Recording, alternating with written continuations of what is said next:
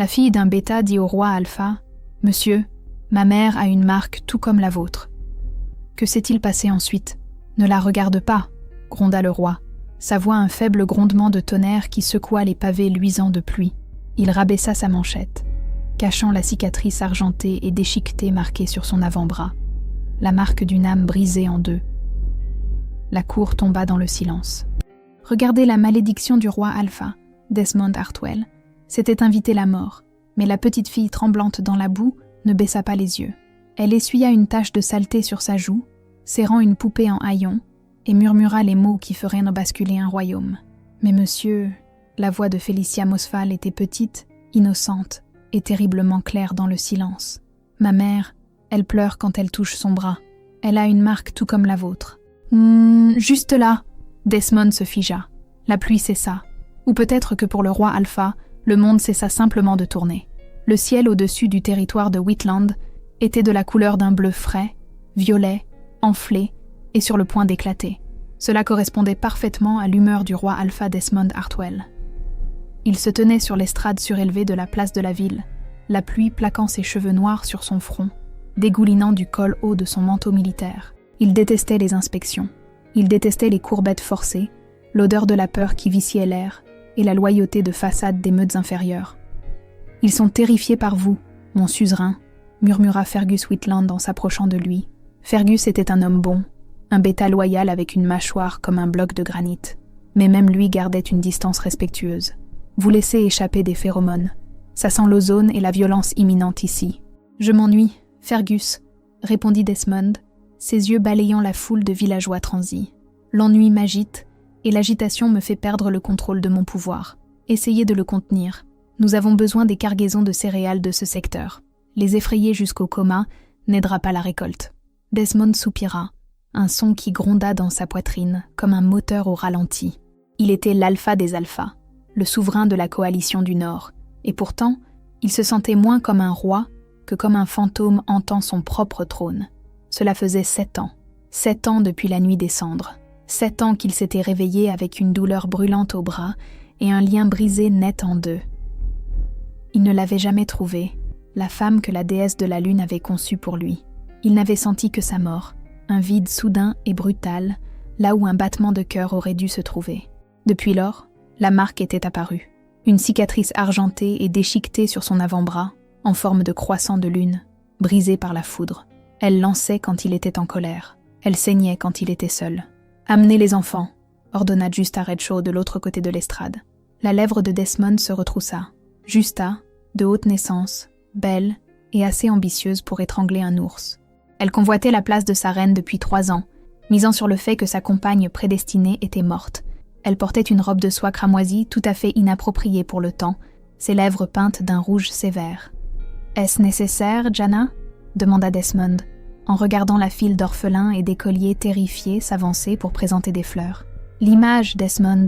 siffla-t-elle, affichant un faux sourire éblouissant à la foule. « Les gens ont besoin de vous voir comme un protecteur, pas seulement comme un seigneur de guerre. » La file avançait. Un garçon lui donna une marguerite fanée. Une fille fit une révérence si basse qu'elle tomba. Desmond hocha la tête machinalement, son esprit dérivant vers les rapports de guerre qui l'attendaient sur son bureau. De retour à la capitale, puis il y eut une agitation. Près de la fin de la file, une petite fille, pas plus de 6 ans, fut bousculée par un garçon plus grand. Elle trébucha, son manteau de laine trop grand s'emmêlant dans ses jambes. Elle tomba lourdement dans la boue, juste au pied des marches menant à l'estrade. La foule haleta, les gardes se tendirent. Desmond bougea avant de réfléchir. Dans un mouvement si rapide que l'œil humain ne pouvait le suivre, il descendit les escaliers. Il n'aimait pas les brutes, et il n'aimait pas les enfants qui pleurent. Il s'accroupit, ignorant la boue qui imprégnait ses bottes polies, et offrit une main. « Relève-toi, petite », dit-il, réduisant son aura d'alpha, jusqu'à ce qu'elle ne soit plus qu'un chaud bourdonnement. La fille leva les yeux. Elle avait des boucles brunes en désordre, et des yeux de la couleur de l'ambre poli. Des yeux qui lui semblaient étonnamment familiers, bien qu'il ne pût dire pourquoi. Elle renifla, serrant une poupée de chiffon sale contre sa poitrine. « J'ai ruiné ma robe », murmura-t-elle. « Ce n'est que de la boue », dit Desmond avec une douceur surprenante. Il tendit la main pour enlever une tache de saleté de son épaule. Ce faisant, sa manche de manteau remonta. La cicatrice argentée sur son avant-bras pulsa, réagissant à la proximité de quelque chose. Elle brilla faiblement, une lumière blanche et fantomatique sur sa peau bronzée. La fille, Félicia, se figea. Ses yeux se fixèrent sur la marque. Elle ne détourna pas le regard, même lorsque Fergus et les gardes s'avancèrent pour la faire avancer. « Ne la regarde pas !» gronda instinctivement Desmond, la honte de son lien brisé refaisant surface. Il essaya de rabaisser sa manche, mais Félicia ne broncha pas.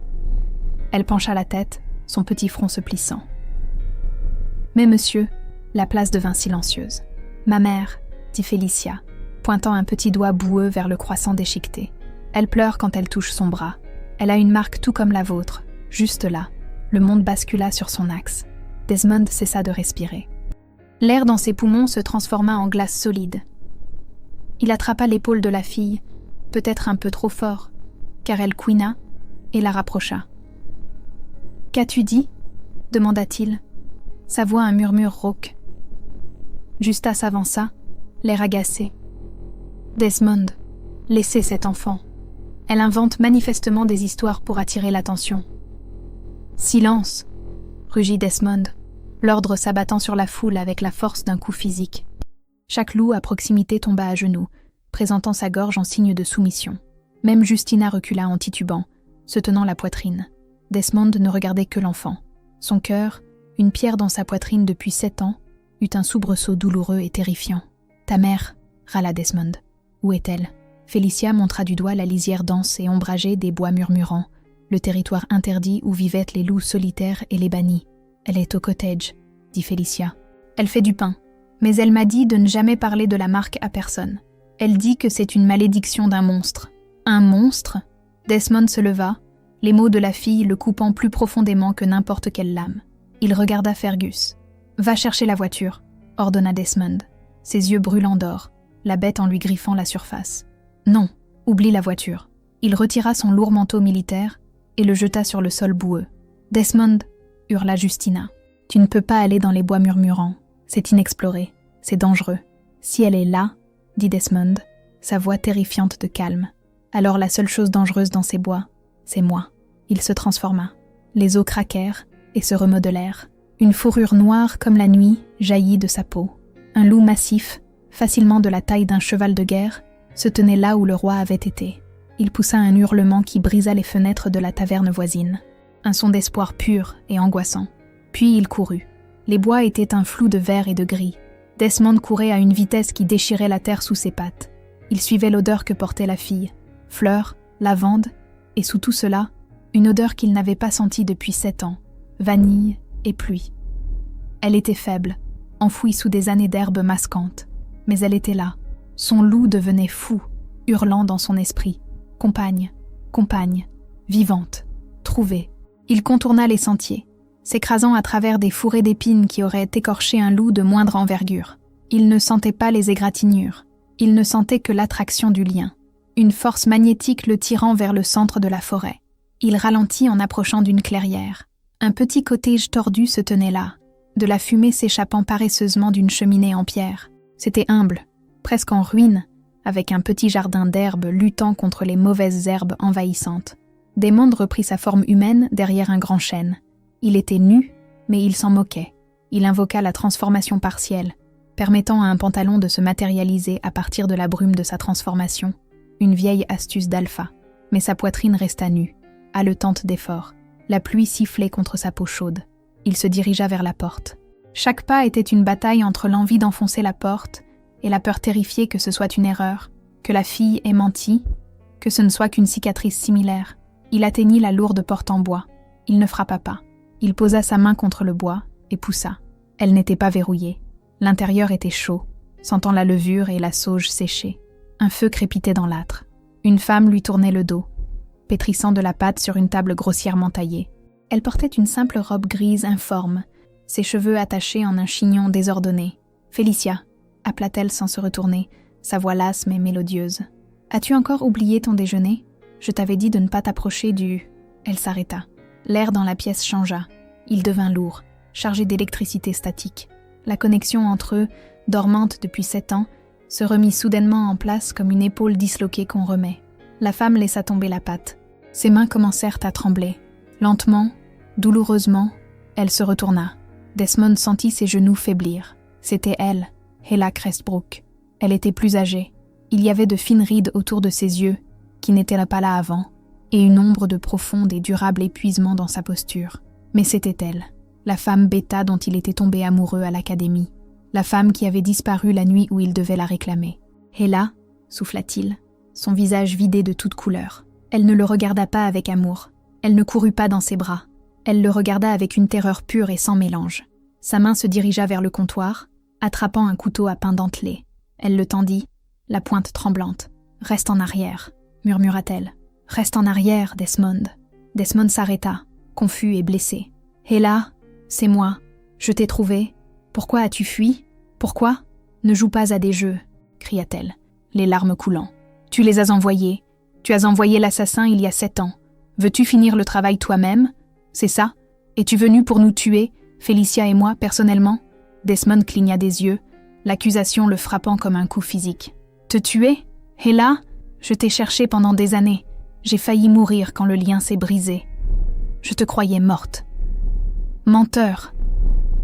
Elle remonta la manche de sa robe. Là, sur son avant-bras, se trouvait le jumeau de sa marque, un croissant d'argent déchiqueté, mais le sien semblait à vif, irrité, entouré de tissus brûlés, comme si elle avait essayé de le cautériser. « Tu m'as rejeté », sanglota-t-elle, reculant jusqu'à heurter l'âtre en pierre. « Tu m'as rejeté par contumace. Tu as envoyé ton conseiller, Ayan. Il me l'a dit. Il m'a dit que tu ne voulais pas d'une faible bêta comme reine. Il m'a dit de fuir ou je serais exécuté. » Le sang de Desmond se glaça. Ayan Ashmere, son plus vieil ami, le conseiller de son père, l'homme qui avait tenu Desmond pendant qu'il pleurait sur la chambre vide d'Ella il y a 7 ans. « Ayan t'a dit ça ?» demanda Desmond, sa voix d'un calme mortel. « Il m'a donné une longueur d'avance, » dit Ella, serrant plus fort le couteau. « Il a dit que si je montrais un jour mon visage, tu ferais monter ma tête sur les murs du château. » Desmond fit un pas en avant, ignorant le couteau. « Ella, regarde-moi. »« Non, regarde-moi. » Elle tressaillit, ses yeux ambrés rencontrant ses yeux dorés. « Je ne t'ai jamais rejeté, » jura Desmond, la vérité résonnant dans le petit cottage. « Je n'ai pas dormi une nuit complète en 7 ans. Je n'ai pas touché une autre femme. J'ai mis le royaume à feu et à sang à la recherche d'un cadavre. Et maintenant que je te trouve vivante, tu penses que je veux te tuer ?» Il tendit son bras, montrant sa propre marque. « Ça fait mal, Hela, » murmura-t-il. « Ça a fait mal chaque jour depuis que tu es partie. » La prise d'Ella sur le couteau se desserra. La confusion luttait avec la peur dans ses yeux. « Mais Ayan a dit... »« Ayan a menti, » dit Desmond. « Et je vais lui arracher la gorge pour ça. » Il fit un autre pas. « Et Félicia, la fille sur la place. Elle est à moi. » Le souffle d'Ella se coupa. Elle posa instinctivement une main sur son ventre. Un geste protecteur. « C'est une bêta comme moi. Elle n'a pas de loup. Elle est inutile à un roi alpha. C'est ma fille, » dit Desmond, sa voix se brisant. « N'est-ce pas ?» Ella hésita, puis hocha lentement la tête. « Elle est née 8 mois après ma fuite. » Desmond ferma les yeux, une larme traçant un sillon dans la crasse de son visage. Il avait une fille, il avait une compagne, et elles avaient vécu dans la misère, terrifiées par lui à cause d'un traître dans sa propre cour. « Nous devons partir, » dit Desmond en ouvrant les yeux. « Ce n'est pas sûr ici. Si Félicia a parlé sur la place, la nouvelle remontera à la capitale, à Ayan, à Jenna. Je ne viens pas avec toi, » dit Ella, bien que le couteau soit complètement abaissé. « Je ne l'emmènerai pas dans ce nid de vipères. Tu n'as pas le choix, » dit Desmond, se déplaçant rapidement. Il prit doucement le couteau de sa main et le jeta de côté. Il attrapa ses mains, calleuses, rugueuses, chaudes. L'étincelle qui jaillit entre eux était électrique, enivrante. Ella haleta, ses pupilles se dilatant. « Ils viendront pour toi ce soir, » dit Desmond avec urgence. « Nous devons partir maintenant. » Avant qu'Ella ne puisse argumenter, la porte d'entrée s'ouvrit en grand. Ce n'était pas Fergus. 3 loups, en tenue tactique sombre, des masques couvrant leur visage, se tenaient dans l'embrasure de la porte. Ils n'étaient pas de la garde royale. C'étaient des mercenaires. « Roi Desmond !» ricana le chef, sa voix étouffée. « Nous ne nous attendions pas à vous trouver ici si tôt. Lord Aemon vous envoie ses salutations. » Le cottage sembla soudain très petit. Desmond ne se transforma pas. Dans un espace confiné, une transformation complète en loup était un handicap. Il écraserait Ella et les meubles avant de pouvoir se battre. Au lieu de cela, il laissa la transformation partielle l'onduler. Des griffes s'allongèrent de ses doigts humains, se transformant en crochets d'obsidienne. Ses canines s'allongèrent. Ses yeux commencèrent à briller d'une intensité radioactive. « Mets-toi derrière moi », ordonna Desmond à Hela. Sa voix n'était plus humaine. C'était un grognement à 2 tons, l'homme et la bête parlant à l'unisson. Hela n'argumenta pas. Elle recula en se précipitant, attrapant un lourd tisonnier en fer de la cheminée. Elle n'était pas une guerrière, mais elle était une mère, et cela la rendait dangereuse à sa manière. Le premier mercenaire se jeta en avant. Il était rapide, un loup traqueur, brandissant une lance à pointe d'argent. Desmond attrapa le manche de la lance à main nue. De la fumée siffla là où l'argent toucha sa peau, mais il ne broncha pas. D'une torsion sauvage, il brisa le bois comme une brindille sèche. Il attrapa le mercenaire par son gilet tactique et lui enfonça un genou dans la poitrine. Les côtes se brisèrent avec le bruit de coups de feu. Desmond jeta le corps de côté, comme s'il s'agissait d'une poupée de chiffon. « C'est tout ce qu'Ian pouvait se permettre » railla Desmond, enjambant le corps gémissant. « Je suis insulté. » Les 2 autres hésitèrent. Ils s'étaient attendus à un roi en deuil et confus. Ils avaient trouvé un dieu de la guerre. « Tuez la femme !» cria le 2e mercenaire, plongeant devant Desmond. « Non !» rugit Desmond. Il n'était pas assez rapide. Le mercenaire était un flou de mouvement, visant la gorge d'Ella avec une dague dentelée. Ella ne cria pas. Elle balança le tisonnier de toutes ses forces. Il heurta la tempe du mercenaire avec un craquement écœurant. Le loup chancela, étourdi juste assez longtemps. Desmond fut sur lui en 1 seconde. Il attrapa l'attaquant par la nuque et le projeta à travers la fenêtre du cottage, le verre se brisant vers l'extérieur sous la pluie. Le 3e mercenaire se retourna pour fuir, réalisant que le contrat était une mission suicide. Desmond ne le laissa pas partir. Il attrapa une lourde chaise en bois et la lança. Elle s'écrasa contre les jambes du loup en fuite, l'envoyant s'étaler. Desmond fut sur lui, sa main serrée autour de la gorge de l'homme, le soulevant du sol. « Qui d'autre est au courant ?» demanda Desmond, serrant juste assez pour couper l'air, mais pas la vie. « Seulement Lord Ammon » haleta le mercenaire, griffant inutilement le bras de Desmond. « Et Lady Jazina » La mâchoire de Desmond se serra. « Jazena, elle a payé pour l'équipement. Ian a payé pour le silence. » Desmond brisa le cou de l'homme. C'était une pitié comparée à ce qu'il voulait faire. Il laissa tomber le corps et se tourna vers Hela.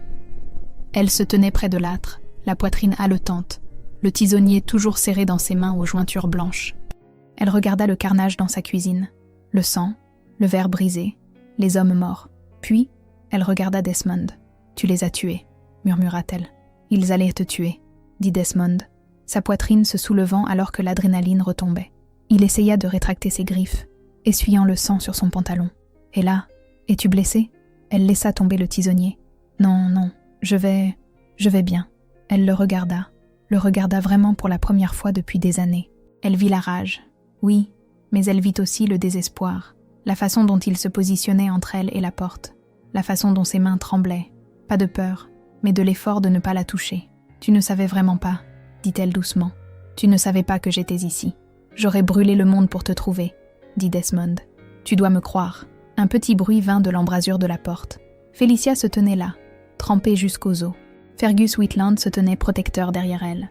Fergus regarda les cadavres, puis le roi, puis Hela. Ses yeux s'écarquillèrent. « Par la déesse !» souffla Fergus. « Hela, Fergus. » Hela hocha la tête, sa voix se brisant.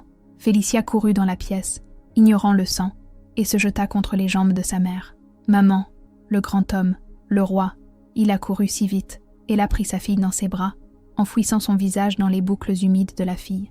Elle regarda Desmond par-dessus l'épaule de Felicia. La peur s'estompait, remplacée par une détermination d'acier. « Nous ne pouvons pas rester ici, » dit Hela. « Ian en enverra d'autres, de meilleurs. Nous allons au palais, » dit Desmond. « Non. » Ella secoua la tête. « C'est là qu'il est le plus fort. C'est là que se trouve Gino. Si nous entrons par la porte principale, ils nous empoisonneront avant le dîner. Je suis le roi, » gronda Desmond. « J'ordonne. Tu es un roi entouré de serpents, » le coupa Hela. « Si tu veux nous garder en vie, Desmond, tu dois penser comme un bêta, pas comme un alpha. Tu ne peux pas simplement te frayer un chemin à coups de griffes. » Desmond marqua une pause. Elle avait raison.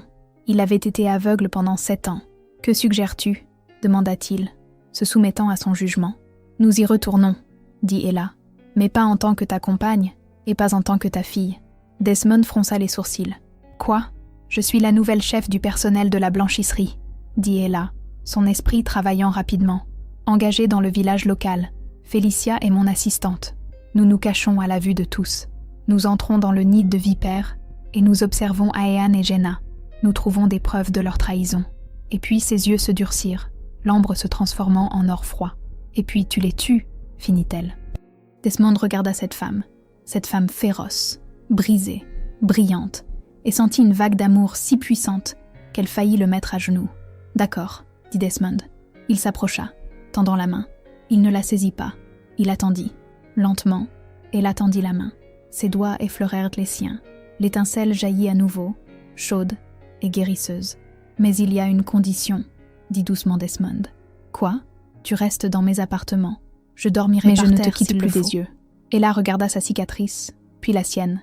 Elle hocha la tête. « D'accord, » murmura-t-elle. « Ramène-nous à la maison, Desmond. » Alors qu'ils sortirent du cottage, enjambant les décombres de leur passé, la pluie cessa. Mais au loin, le tonnerre gronda.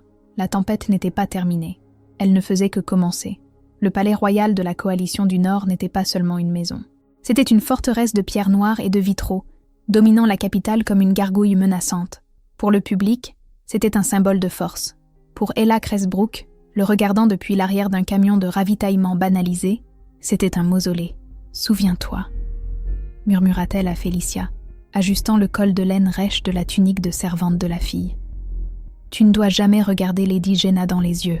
Tu ne dois jamais parler au roi à moins qu'il ne te parle le premier. Et il ne le fera pas en public. Et ton nom est Lottie. Peux-tu le dire ?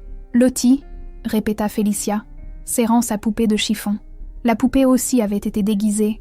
Un nouveau morceau de tissu rugueux cousu sur son œil, pour la faire paraître moins comme celle que le roi avait vue sur la place. « Mais papa, je veux dire le roi, il a dit que j'étais une princesse ici. » Ella tapota la poitrine de la fille. « Tu es une princesse là dehors. Tu es Lottie, la fille de la blanchisseuse. C'est un jeu, ma chérie. Un jeu de cache-cache très important. » Le camion s'arrêta en cahotant à l'entrée de service. La pluie avait cessé, laissant l'air épais de l'odeur de l'asphalte humide et du pain. Desmond, le roi Desmond, n'était nulle part en vue. Il était parti en avance dans son véhicule officiel, entrant par les portes principales avec fanfare et sirène. Ils s'étaient mis d'accord sur cette séparation. Cela le déchirait.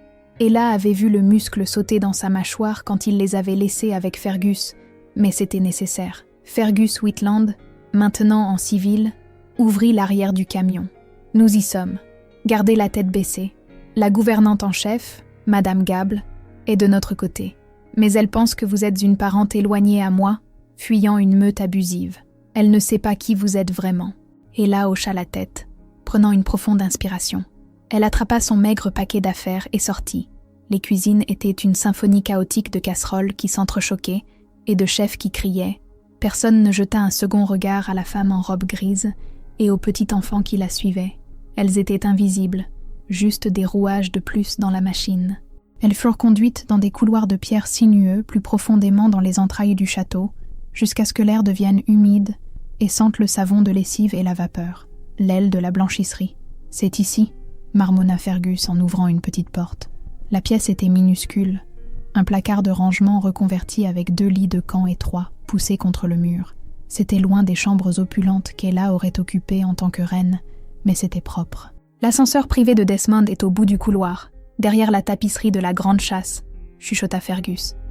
Il vous attend à minuit. Ne soyez pas en retard, et pour l'amour de la déesse, ne vous faites pas prendre.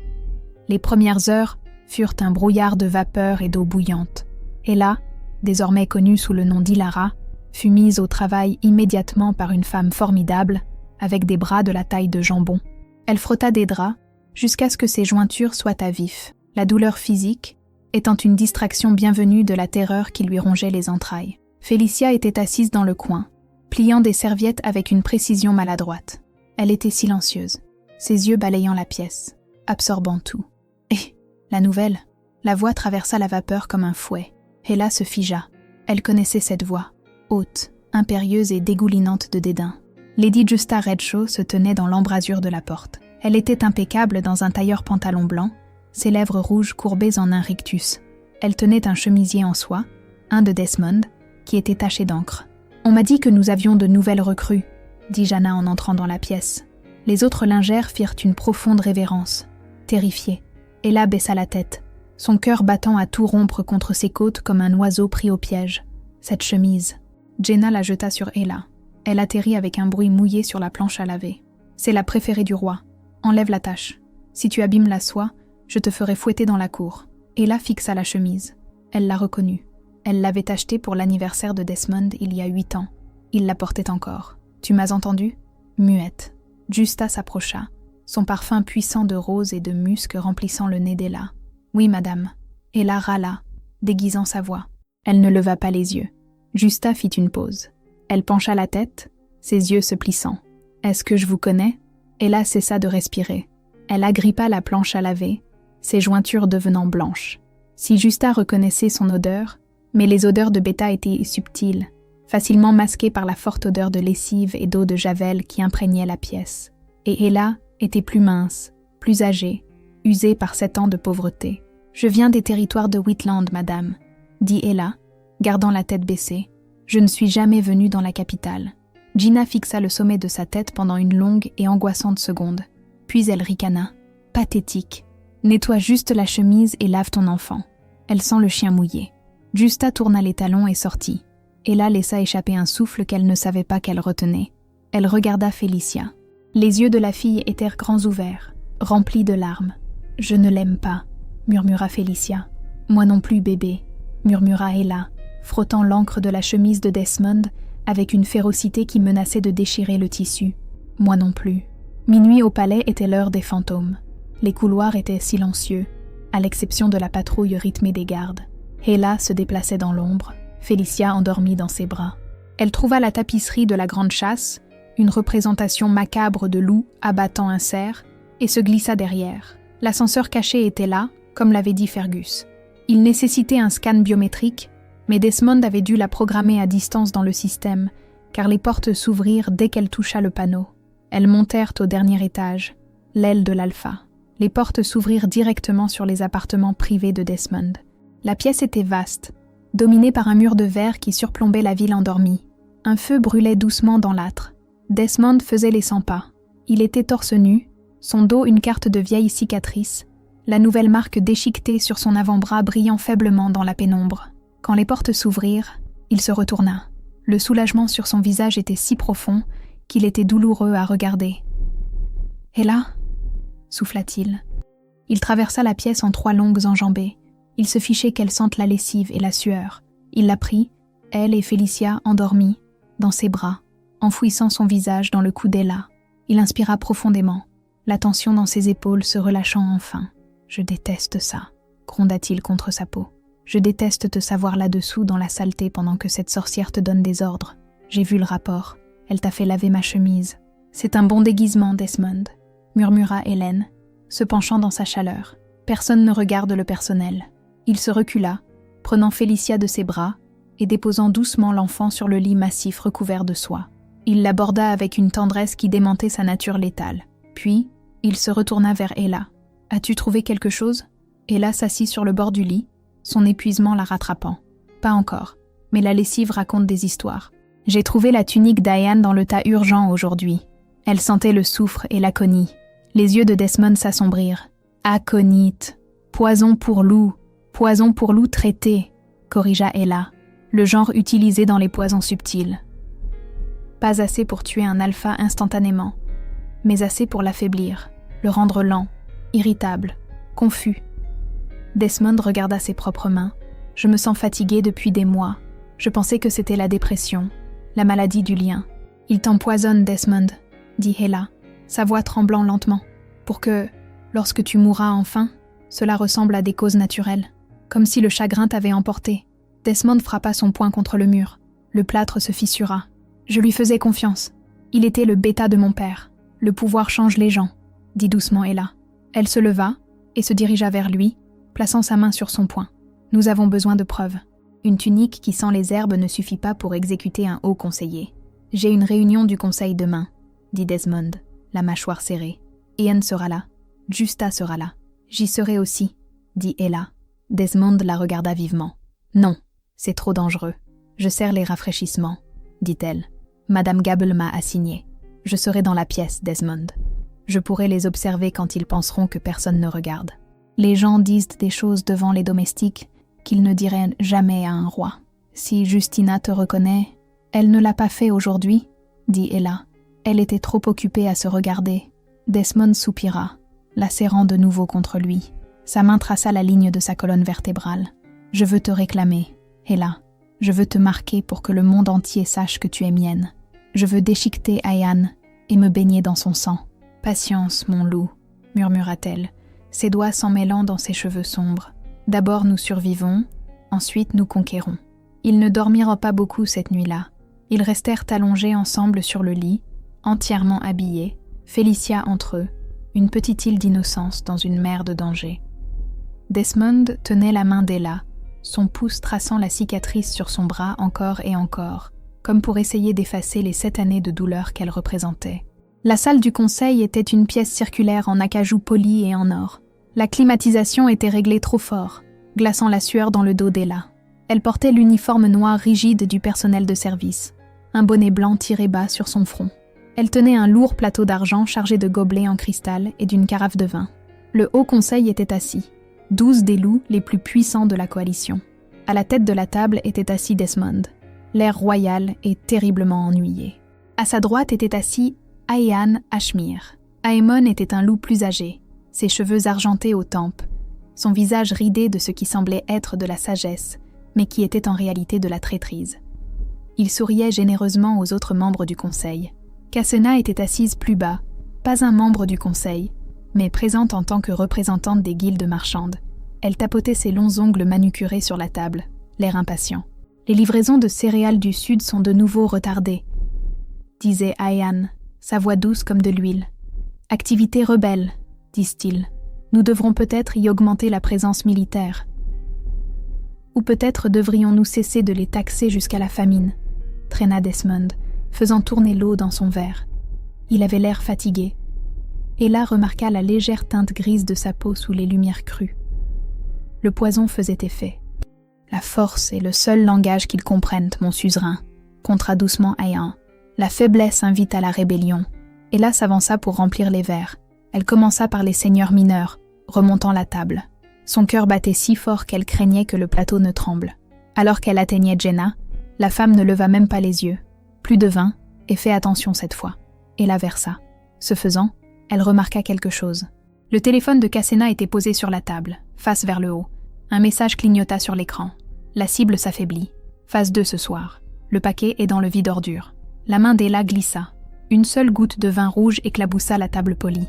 Espèce d'empoté, hurla Justa en se levant. Elle gifla Ella au visage. Le bruit de la gifle résonna dans la pièce silencieuse. Ella recula en trébuchant, laissant tomber la carafe. Elle se brisa.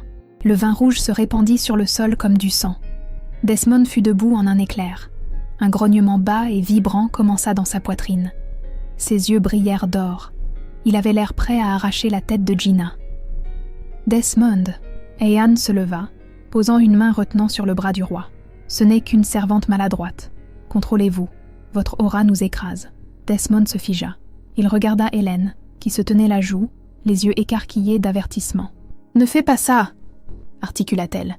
« Pas encore. » Desmond se força à s'asseoir, ses mains agrippant les bras de sa chaise si fort que le bois se fendit.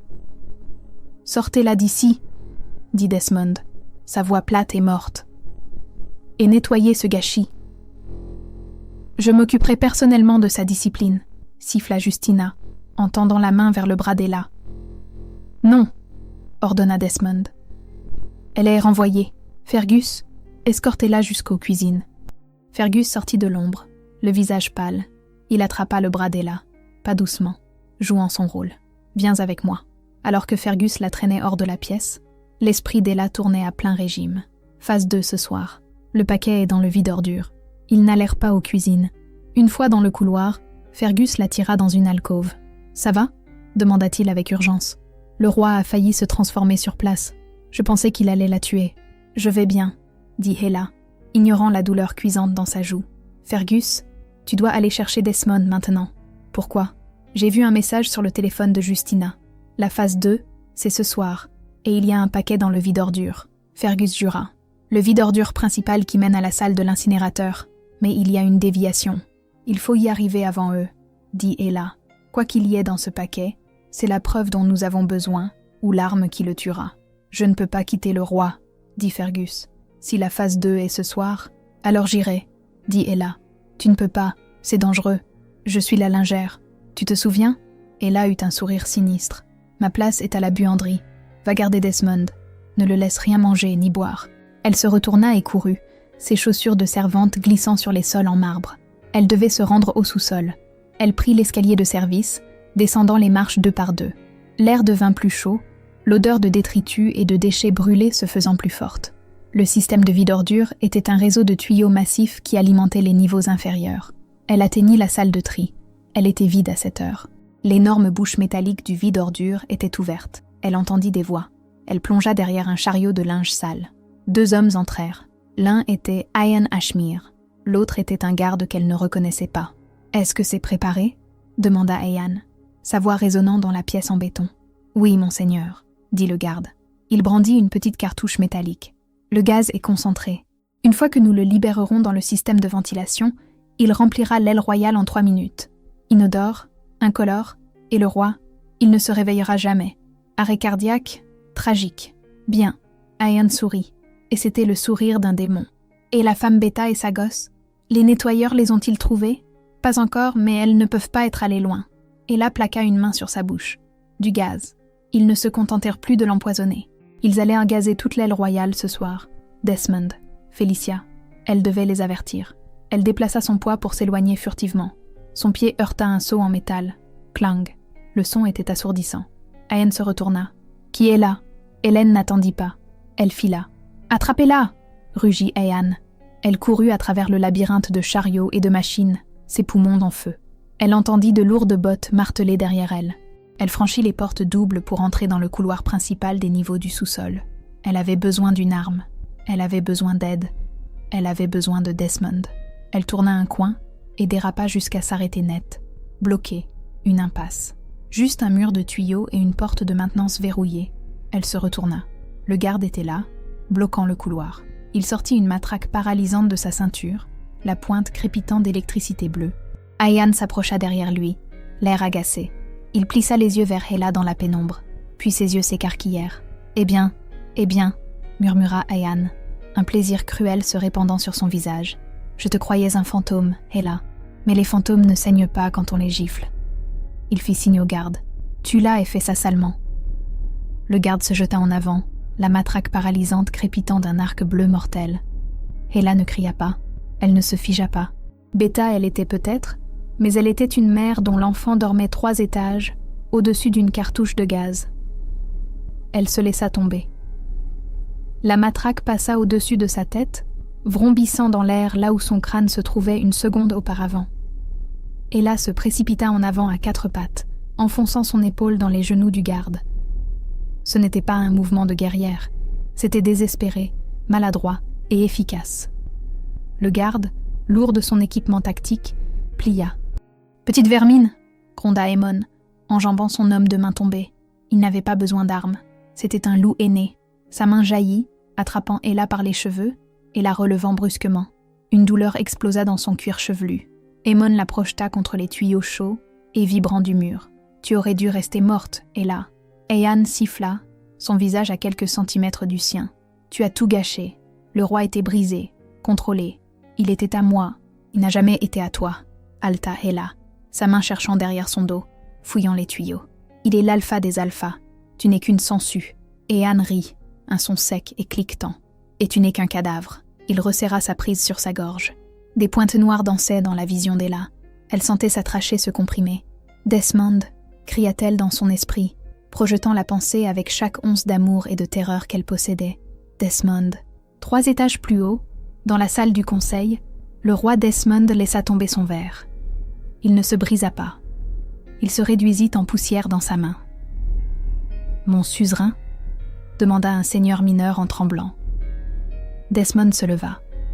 La table, en chêne massif de 3 pouces d'épaisseur, se renversa avec un fracas qui secoua la pièce. Ses yeux n'étaient plus dorés. Ils viraient au rouge cramoisi. Le lien, entièrement réveillé, hurlait. Et là, douleur, suffocation. « Fergus !»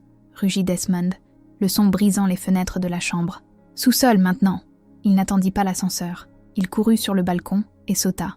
De retour au sous-sol, les doigts d'Ella trouvèrent ce qu'elle cherchait. Une soupape de décharge. Elle était peinte en rouge. Danger. Vapeur haute pression. Elle n'hésita pas. Avec ses dernières forces, elle tourna la roue. Un jet de vapeur surchauffée explosa du tuyau droit dans le visage d'Ayan. Le conseiller hurla, lâchant Ella en se griffant la peau ébouillantée. Le couloir étroit se remplit instantanément d'un brouillard blanc aveuglant. Ella tomba sur le béton humide, toussant, rampant loin de la chaleur. « Je vais te tuer !» hurla Ayan depuis la brume, se transformant. Elle entendit le craquement des os, le déchirement du tissu. Le garde était de retour sur ses pieds, balançant la matraque aveuglément dans la vapeur. Ella trouva la porte de maintenance verrouillée. Elle était piégée dans le brouillard avec un monstre en transformation et un soldat armé.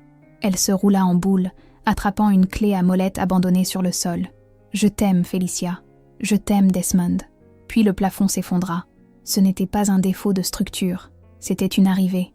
Desmond Hartwell s'écrasa à travers le sol en béton au-dessus, atterrissant accroupi au milieu d'une pluie de débris et de poussière. Il était entièrement transformé. Un énorme loup noir de minuit avec une fourrure qui semblait absorber la lumière. Il laissa échapper un grognement qui vibra jusqu'aux os d'Ella. Ce n'était pas seulement un son, c'était une force physique. Le garde se pissa dessus. Il laissa tomber la matraque et courut. Desmond ne le regarda même pas. Il balaya une patte massive et le garde fut projeté contre le mur du fond, s'écrasant comme un gobelet en papier. La vapeur se dissipa suffisamment pour révéler Ayan, maintenant un grand loup gris, avec des plaques de fourrure manquantes à cause des brûlures de la vapeur. Il avait l'air petit comparé au roi Alpha. Desmond n'attaqua pas immédiatement. Il enjamba Ella, plaçant son corps massif entre elle et Ayan. Il la regarda, lui donnant un petit coup de museau humide sur la joue. « Je vais bien », murmura-t-elle, s'agrippant à sa fourrure. « Le gaz. Ayan a la cartouche de gaz. C'est pour les conduits. » Desmond se retourna vers Ayan. Le grognement qui suivit était bas, guttural, et promettait une éternité de souffrance. Le loup démon gémit. Il recula, réalisant trop tard qu'il n'y a pas de négociation avec une force de la nature. Le combat fut brutal et court. Aemon se jeta en avant, visant la gorge de Desmond. Mais Desmond était plus jeune, plus fort, et alimenté par 7 ans de rage refoulée. Il attrapa Ayan en plein vol, ses mâchoires se refermant sur l'épaule du traître. L'os craqua. Ayan hurla. Desmond le projeta au sol, l'impact fissurant les fondations. Il ne le tua pas encore. Il traîna le loup gris gémissant sur le béton et le jeta vers les portes doubles. Desmond reprit sa forme humaine. Il était nu, couvert de poussière et de sang, mais il ressemblait à un dieu de la vengeance. « Lève-toi » ordonna Desmond. « Retransforme-toi. » Aemon, brisé et saignant, força son corps à reprendre sa forme humaine. Il gisait tremblant sur le sol froid, serrant son épaule fracassée. « Pitié, Desmond, » haleta Ayan. « Je t'ai élevé. Tu m'as empoisonné, » dit Desmond, sa voix terrifiante de calme. « Tu as essayé d'assassiner ma compagne. Tu as essayé de gazer ma fille. » Desmond s'approcha et ramassa la cartouche métallique qui avait roulé dans le coin. Il la pesa dans sa main. « C'est ça ?» Aemon hocha la tête frénétiquement. Desmond tendit la cartouche à Ella. « Garde ça en sécurité. » Il attrapa Ayan par la nuque et le traîna vers l'ascenseur de service. « Nous montons. Le conseil est toujours en session. Il est temps qu'ils voient le vrai visage de leur conseiller. »« Et Gazenena ?» demanda Ella en boitant derrière eux. « Cassena attend le signal pour libérer le gaz, » dit sombrement Desmond. « Donnons-lui un signal. » Ils montèrent dans l'ascenseur en silence. Quand les portes s'ouvrirent à l'étage principal, les gardes haltèrent. Leur roi, nu et ensanglanté, traînant le haut conseiller comme un sac de déchets avec une lingère à sa suite, tenant une arme chimique. « Mon roi !» Le capitaine de la garde se précipita, jetant sa cape sur les épaules de Desmond. « Sécurisez les sorties !» aboya Desmond. « Personne ne quitte la salle de banquet, surtout pas Lady Jenna. » Ils marchèrent jusqu'aux grandes portes doubles de la salle. Desmond les ouvrit d'un coup de pied. La pièce devint silencieuse. Jenna se tenait près de la tête de la table, regardant son téléphone en fronçant les sourcils. Quand elle vit Ayan brisé sur le sol, son visage devint blanc. « Desmond, » balbutia-t-elle. « Que s'est-il passé? Un intrus ?» Desmond jeta Ayan au sol au centre de la pièce. Il pointa un doigt sur Guzena. « Toi, » dit-il. « Moi ?» Jenna rit nerveusement. « Je ne comprends pas. »« Hé là, » dit Desmond. « Montre-leur. » Hela s'avança. Elle était sale, meurtrie, et portait un uniforme de servante déchiré. Mais elle gardait la tête haute. Elle posa la cartouche sur la table. « C'est du gaz cyanure concentré », annonça Hela, sa voix claire et sonore. Il était destiné au système de ventilation de l'aile royale. Ce soir, des halètements parcoururent à la pièce. « Mensonge !» hurla Jazina. « C'est une servante menteuse. Regardez-la !»« Ce n'est pas une servante », dit Desmond en s'approchant d'Hela. Il lui prit la main et la leva. Il remonta sa manche, révélant la marque en croissant déchiquetée. Puis, il remonta la sienne. Les marques brillèrent à l'unisson. Une lumière argentée aveuglante qui força les membres du conseil à détourner les yeux. « Elle est ma compagne prédestinée », déclara Desmond. « Elle est votre reine. » Gina recula en titubant, heurtant une chaise. « Impossible. Elle est morte. Aemon a dit qu'elle était morte. J'ai menti. » Gémit Aemon du sol, crachant du sang. Je lui ai dit de fuir pour que je puisse le contrôler. La vérité flottait dans l'air, lourde et indéniable. Desmond regarda aussi fort que tu étais prête à gazer un enfant. Mon enfant. J'ai fait ça pour le royaume, pleura Justa, les larmes coulant sur son visage. Tu étais faible, distrait par un fantôme. Nous avions besoin d'un leadership fort. Tu n'es pas forte, dit doucement Desmond. Tu es juste cruelle. Il se tourna vers les gardes. Emmenez-les. Les donjons, les cellules les plus profondes. Non, hurla Justa alors que les gardes la saisissaient. Je suis de haute naissance. Vous ne pouvez pas faire ça. Je suis le roi, dit Desmond en lui tournant le dos. Je peux faire ce que je veux. Alors qu'ils étaient y traînés, donnant des coups de pied et criant, la pièce resta silencieuse. Desmond regarda les membres du conseil. Ils tombèrent tous à genoux, la tête baissée. Desmond ne se souciait pas d'eux. Il se tourna vers Hela. Il prit son visage meurtri entre ses mains. « Es-tu blessé ? Je vais bien, » sourit-elle, les larmes coulant enfin. « Nous avons réussi. »« Où est Félicia ?» demanda Desmond. « Endormie, » dit Hela, sous le lit avec sa poupée. Desmond prit Hela dans ses bras, ignorant les halètements de la cour. « Allons chercher notre fille, » dit-il. « Je crois qu'on lui a promis un château. » 3 jours plus tard, le soleil perça enfin les nuages au-dessus du territoire de Whitland. Le palais était différent. L'air était plus léger. Les lourds rideaux avaient été tirés, laissant la lumière inonder les couloirs de pierre. Le personnel se déplaçait avec entrain. Le tyran Aemon était parti. Et la nouvelle reine, eh bien, la nouvelle reine connaissait leur nom. Elle savait à quel point la lessive était dure. Elle savait quelles marches étaient glissantes. Hela se tenait sur le balcon des appartements royaux, vêtue d'une robe de soie dorée douce que Desmond avait commandée du jour au lendemain. Elle lui allait parfaitement, cachant les bleus qui s'estompèrent déjà. Elle regardait Félicia jouer dans les jardins royaux en contrebas.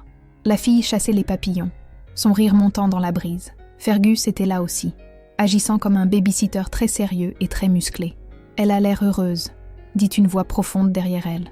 Hela se pencha en arrière contre le torse de Desmond, alors qu'il enroulait ses bras autour de sa taille. Il sentait le bois de santal et la pluie. Plus de poison pour loup. Sa peau était chaude, sa force décuplée maintenant que le poison était hors de son système. « Elle est heureuse », dit Hela. « Elle m'a demandé ce matin si elle devait redevenir Lottie. »« Jamais », murmura Desmond en embrassant l'endroit où son cou rencontrait son épaule. « Elle est la princesse Félicia Hartwell. Et tu es la reine Hela. C'est étrange, » admit Hela. « Tout le monde s'incline. Il s'incline parce qu'il te respecte, » dit Desmond en la tournant pour lui faire face. « Tu as sauvé le roi. Tu as sauvé le royaume. Tu as combattu un garde avec une clé à molette. » Hela rit. « J'étais terrifiée. C'est ce qui en fait de la bravoure, » dit Desmond. Il plongea la main dans sa poche et en sortit une petite boîte en velours. « Je n'ai jamais pu faire ça correctement, » dit-il. « Il y a 7 ans, j'avais une bague. Je l'ai jetée dans la rivière le jour où j'ai cru que tu étais morte. » Il ouvrit la boîte. À l'intérieur se trouvait une bague en or tressée sertie d'une pierre d'ambre rare qui correspondait parfaitement à ses yeux. « J'ai fait travailler le joaillier 48 heures d'affilée, » sourit Desmond timidement. « Hela Crestbrook, me laisseras-tu te marquer? Me laisseras-tu te réclamer? Gouverneras-tu à mes côtés? Pas comme une bêta, mais comme mon égale. » Hela regarda la bague, puis l'homme qui avait mis le monde à feu et à sang pour la trouver. L'homme qui avait dormi par terre à côté d'elle. L'homme qui aimait leur fille. « Oui, » murmura-t-elle. « Oui, Alpha. » Desmond glissa la bague à son doigt. Puis il se pencha et réclama ses lèvres dans un baiser qui avait le goût de la liberté, de l'avenir et d'un amour qui avait survécu au feu. En bas, dans le jardin, Félicia cessa de courir. Elle leva les yeux vers le balcon et fit un signe de la main. Et pour la première fois en une décennie, la coalition du Nord était en paix. Le règne de Desmond et Ella devint une légende. Ils ne gouvernaient pas d'une main de fer, mais avec un équilibre de force alpha et de sagesse bêta. Ils réécrivirent les lois, démantelant les préjugés qui avaient séparé les rangs pendant des siècles. Aean et Jenna ne furent jamais revus, leurs noms s'estompant dans des contes édifiants racontés aux jeunes ambitieux qui oubliaient que le vrai pouvoir vient de la loyauté, pas de la trahison. Félicia grandit pour devenir une dirigeante féroce à part entière, prouvant que le cœur d'un loup n'est pas déterminé par la transformation, mais par l'esprit. En fin de compte, ce n'est pas la couronne qui a fait de Desmond un roi. C'est la petite fille dans la boue et la femme à la cicatrice qui a refusé de rester brisée. Leçon. La vraie force n'est pas de savoir à quel point vous pouvez rugir, mais de savoir qui vous êtes prêt à protéger lorsque le silence tombe. L'amour, lorsqu'on se bat pour lui, est le seul pouvoir qui peut briser une malédiction. Si vous avez apprécié cette histoire d'amour perdu, de suspense et de rédemption royale, veuillez aimer, partager et vous abonner pour plus de Contes du Chapeau.